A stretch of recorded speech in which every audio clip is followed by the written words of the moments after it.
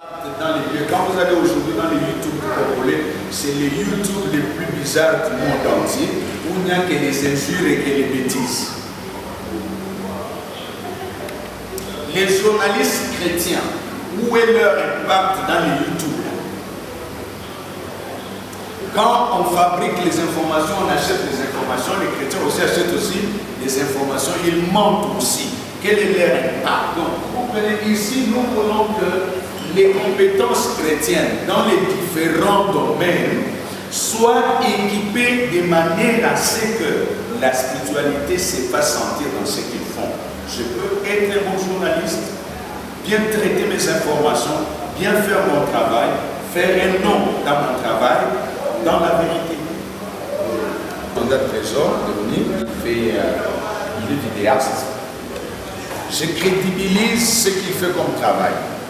Junior va faire un logiciel de gestion de l'église, le Junior qui est là-bas, et je crédibilise aussi sa compétence. Quand il y a les pasteurs qui viennent, je leur dis, écoutez ce que mon fils a fait, écoutez ce que mon fils est capable de faire. Nous pouvons le faire pour tout chrétien qui, quelque part où il est, se montre capable et donne la différence dans ce qu'il est en train de faire. C'est pourquoi je parle aussi de l'excellence quelque part.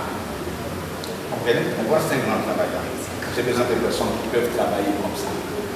Et nous cherchons des décideurs. Nous avons des chrétiens qui sont religieux. Nous avons des chrétiens qui sont entrepreneurs. Nous avons des chrétiens qui sont en affaires. Nous avons des chrétiens qui sont capables de fonctionner. Quel est leur impact dans cette communauté? Pour qu'ils aient l'impact, nous devons les aider à faire ce travail. Et nous le faisons par notre source, c'est l'Église, la fonction publique et le ministère de l'Emploi, partout où nous pouvons trouver ces gens. Et là, nous utilisons les modules de formation, nous utilisons aussi les conférences. Et voilà, nous avons tous comme ça.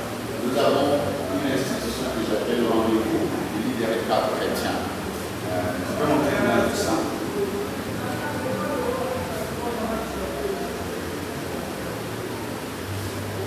Voilà.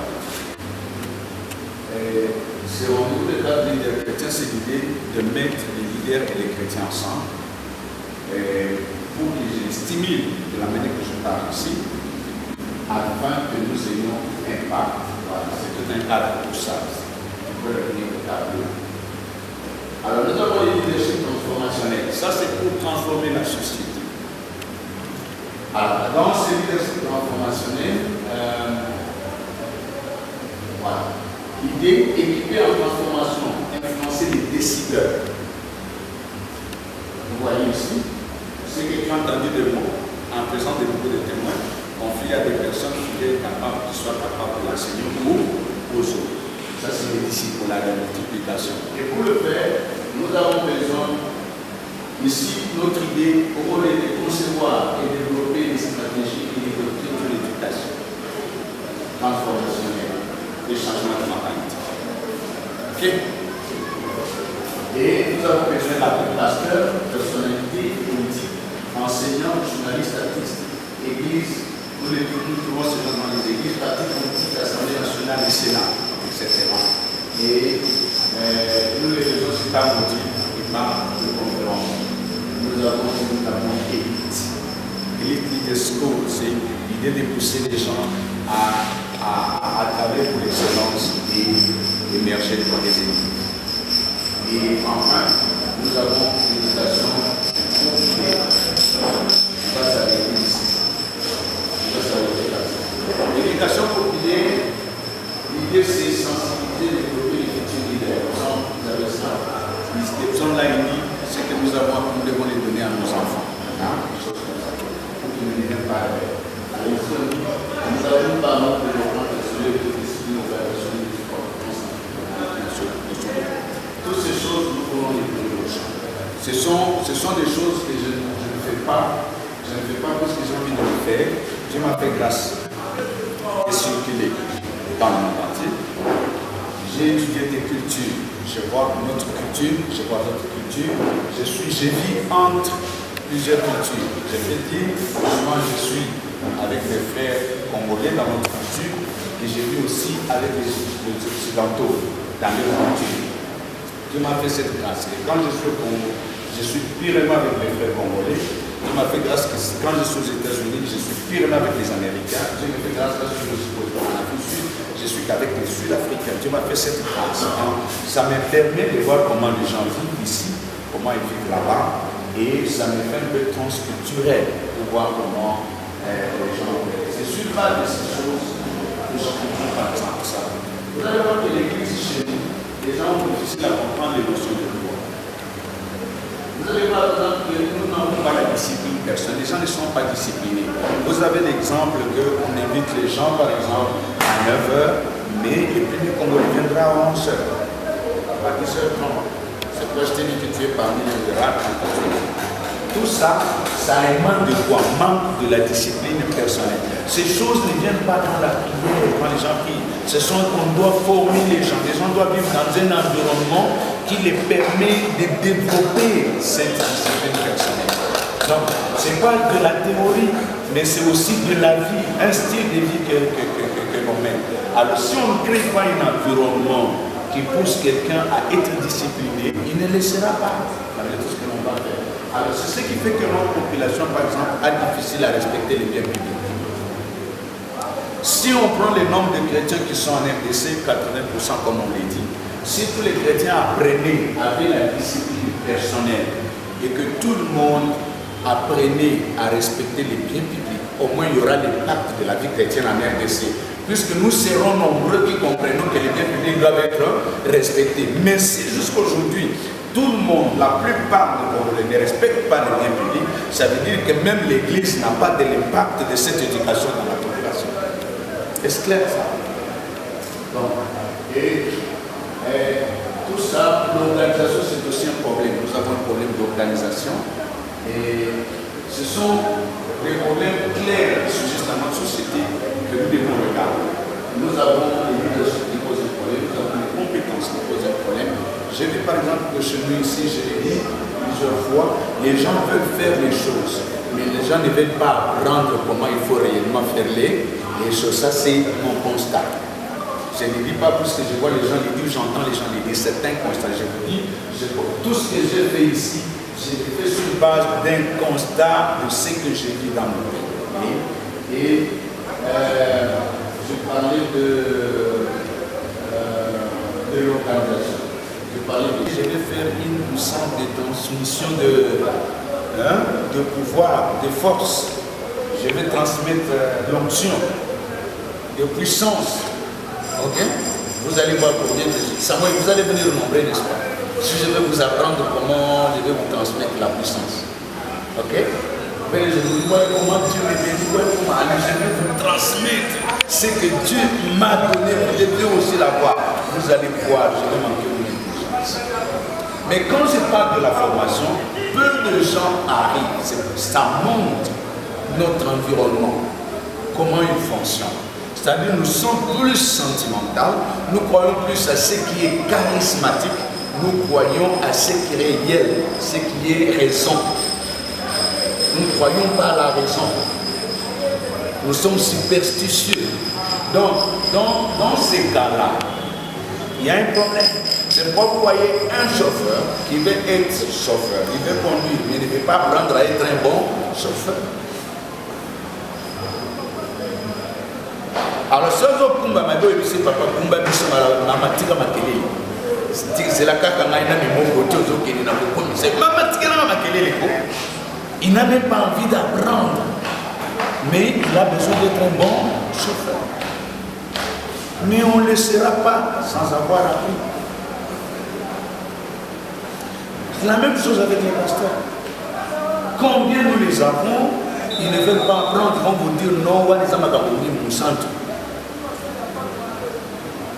nous sommes nombreux ici à Kinshasa, pasteur, mais nous ne voulons pas apprendre. Mais j'ai vu que bien faire les choses, c'est les apprendre. Pour bien faire les choses, il faut les apprendre. Salomon dit ceci: j'ai appliqué mon intelligence pour connaître les pourquoi des choses. Ça, c'est Salomon,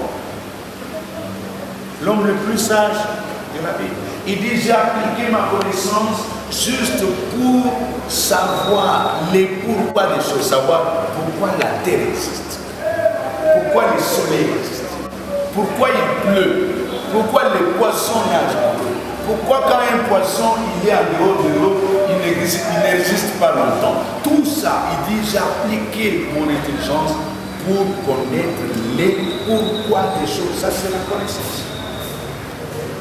C'est la seule. J'ai besoin de personnes qui peuvent comprendre cette vision et le faire avec moi. Comme ça, nous pouvons aider les gens. Et nous pouvons trouver ces jeunes gens dans les églises, dans les universités, dans les écoles, dans les milieux sportifs. Y a-t-il quelqu'un qui va avoir un appel comme ça? S'il est là, et bien nous, on va les partir.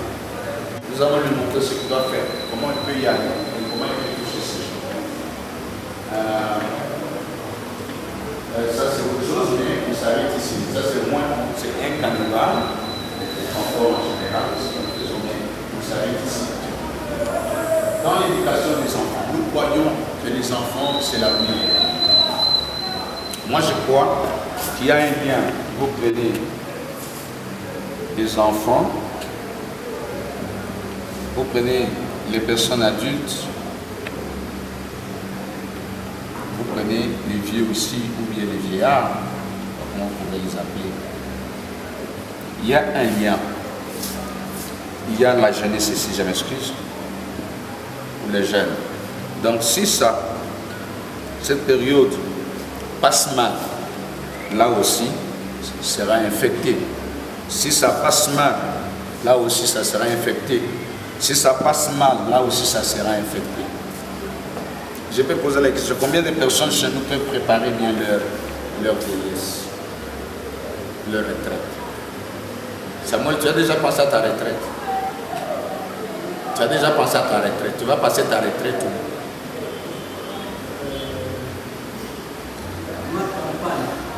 Tu vas passer ta retraite ici à ma campagne ici.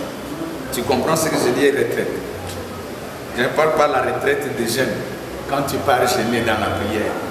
Je ne parle pas de cette retraite. Je parle de la retraite quand tu seras vieux, tout fini, tu attends la mort. C'est de cette retraite que je parle. Tu vas la passer où? Il n'y a pas de réponse. Il n'y a pas de réponse. Ce n'est pas préparé. Ce n'est pas préparé. Donc, quand l'enfant se passe mal, la jeunesse se passe mal, la vieillesse aussi, c'est un lien. Alors, c'est ainsi que dans ce programme, nous pensons qu'en commençant là-bas, qu'en ayant une bonne éducation des enfants, automatiquement on touchera la jeunesse, automatiquement on avancera. Alors on croit à un travail de transformation qui ne peut pas aller tout de suite, mais qui va quand même produire des fruits dans la vie. Au lieu d'attendre demain, moi je pense qu'il faut commencer aujourd'hui, puisqu'il y aura une suite. Alors, y a-t-il des personnes après à penser aux enfants, avec ces enfants que nous voulons? Notre objectif c'est de préparer les futures générations de leaders. Avoir des générations de leaders qui craignent Dieu. Des leaders qui sont des pièces maîtresses parmi les créatures de Dieu qui peuvent perpétrer la vie que Dieu donne. C'est pourquoi la Bible dit, instruis l'enfant selon la voie qu'il doit suivre. Quand il grandira, il ne s'y détournera pas. Un enfant qui grandit à un endroit où on ne jette pas de papier par terre, il ne jettera pas de papier par terre. Même si vous ne lui donnez pas de théorie, seulement le fait de vous voir ramasser les papiers chaque jour, vous les jetez, lui aussi va commencer à faire quoi?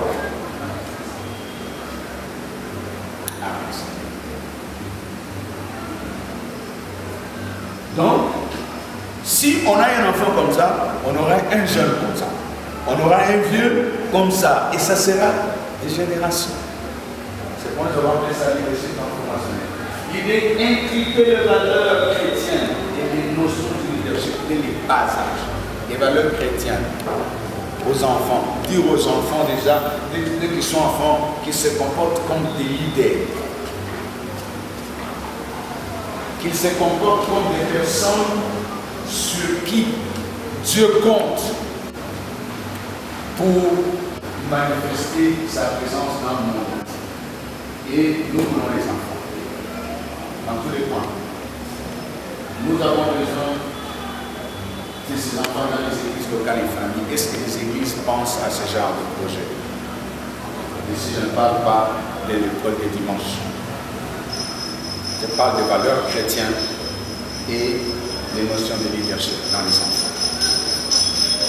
Un enfant qui apprend dès les bas âges qu'on ne peut pas agresser l'autre, il n'agressera pas toute sa vie. C'est comme ça.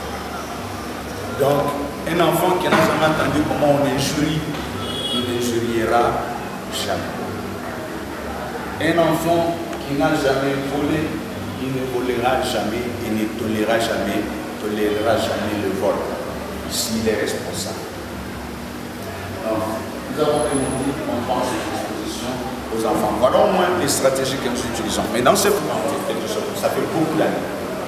Et ils ont fait ce que les départements qui s'appelle Business Coalition ou la coalition d'affaires. Cette coalition d'affaires, c'est l'ensemble d'hommes d'affaires chrétiens dans les différents domaines qui se sont mis ensemble pour créer des contacts dans le monde entier afin de permettre aux chrétiens d'échanger en ce qui concerne les affaires dans les lieux de marché, soit faire des conférences, comment impacter le monde des affaires, même aussi de faire des affaires ensemble. Et je représente cette organisation à Kinshasa en RDC. Vous pouvez aller sur le site internet, vous allez taper Business Coalition. Vous pouvez voir l'organisation tout est en anglais, peut-être le Google peut vous aider à traduire. Nous avons quand même traduit pour vous dans un PowerPoint. Voilà. L'Alliance évangélique mondiale est la plus grande organisation internationale d'églises et des ministères évangéliques. Elle confère une identité, une voix et une plateforme mondiale à plus de 6 millions de chrétiens dans 120 pays. Coalition d'affaires, la coalition d'affaires de l'Alliance évangélique mondiale fonctionne comme un centre d'information et de ressources fournissant un leadership stratégique et éclairé aux dirigeants d'entreprise, des ministères et d'affaires. Donc, il y a les dirigeants d'entreprise, il y a aussi les dirigeants des ministères, il y a aussi les dirigeants d'église dans ça. La vision, c'est d'être un réseau des réseaux, dans le but de voir les dirigeants du monde des affaires et de l'économie transformée, impacter qui recherchent le rôle de Dieu et lutte pour un impact plus important dans leur environnement. C'est ça la vision. Donc nous sommes un réseau des régions. Quand vous êtes là, vous êtes connecté à plusieurs réseaux d'affaires, des ministères et des églises dans le monde. Et la mission, c'est joindre aux nombreux acteurs du marché régional et national et lancer des initiatives stratégiques pour susciter un plus grand effet délégué au sein de la communauté évangélique mondiale. Vouloir que les chrétiens puissent faire les affaires ensemble. Okay? Voilà. C'est ça la direction.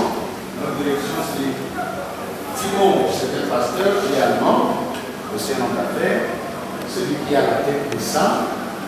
Et Sarah, elle venait de démissionner pour notre travail, mais elle était assistante de l'autre. Et vous avez celui-là qui est trésorier de l'équipe. Vous avez celui-là qui s'occupe de tout ce qui est communication. C'est comme leur trésor. Hein? Leur trésor. Il s'occupe de tout, hein, les sites, les internets, etc. Et voilà. Nous avons des conférenciers dans tous les domaines. Des conférenciers dans tous les domaines. Voilà. Un réseau de conférenciers, plus de 50 experts à cause de diverses questions sur l'économie, l'entrepreneuriat, caractère, personnalité, éthique chrétienne, transformation. Nous avons tous ces conférenciers. Et moi aussi, je suis parmi des conférenciers. Ok? Voilà. Et moi, je ne parle plus sur le leadership, je ne parle plus sur le développement personnel, je parle plus sur le caractère. Voilà. Ici, vous avez les ministères. Il va te donner des ministères. Nous sommes connectés à plus de 130 ministères chrétiens des affaires dans les différents pays du monde qui se consacrent à la construction du royaume de Dieu sur les marchés. Les gens qui travaillent sur le royaume de Dieu, mais dans les marchés. Ici, quand on va faire, mais les gens qui n'ont pas évangile, comme la base de réunir dans l'affaire, voilà, c'est ce que nous avons dit. Nous avons des événements, nous avons des conférences que nous organisons, ça s'est passé.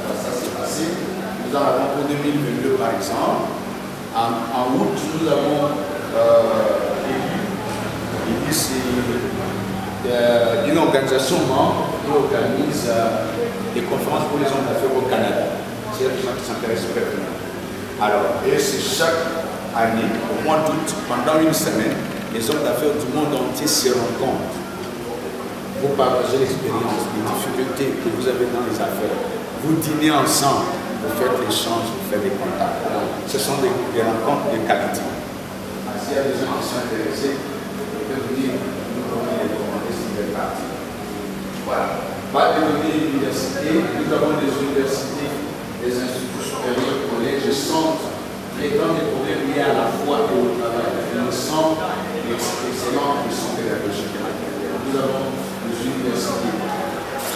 Par contre, les propriétaires de ces universités sont chrétiens, ils sont membres de Business Coalition et non seulement ils prennent la foi dans leurs universités, vous trouvez aussi de la médecine, le droit, le journalisme, tout ça vous trouvez ça, mais vous trouvez aussi à côté ce qui est chrétien. Les éducateurs sont là, ce sont des robots.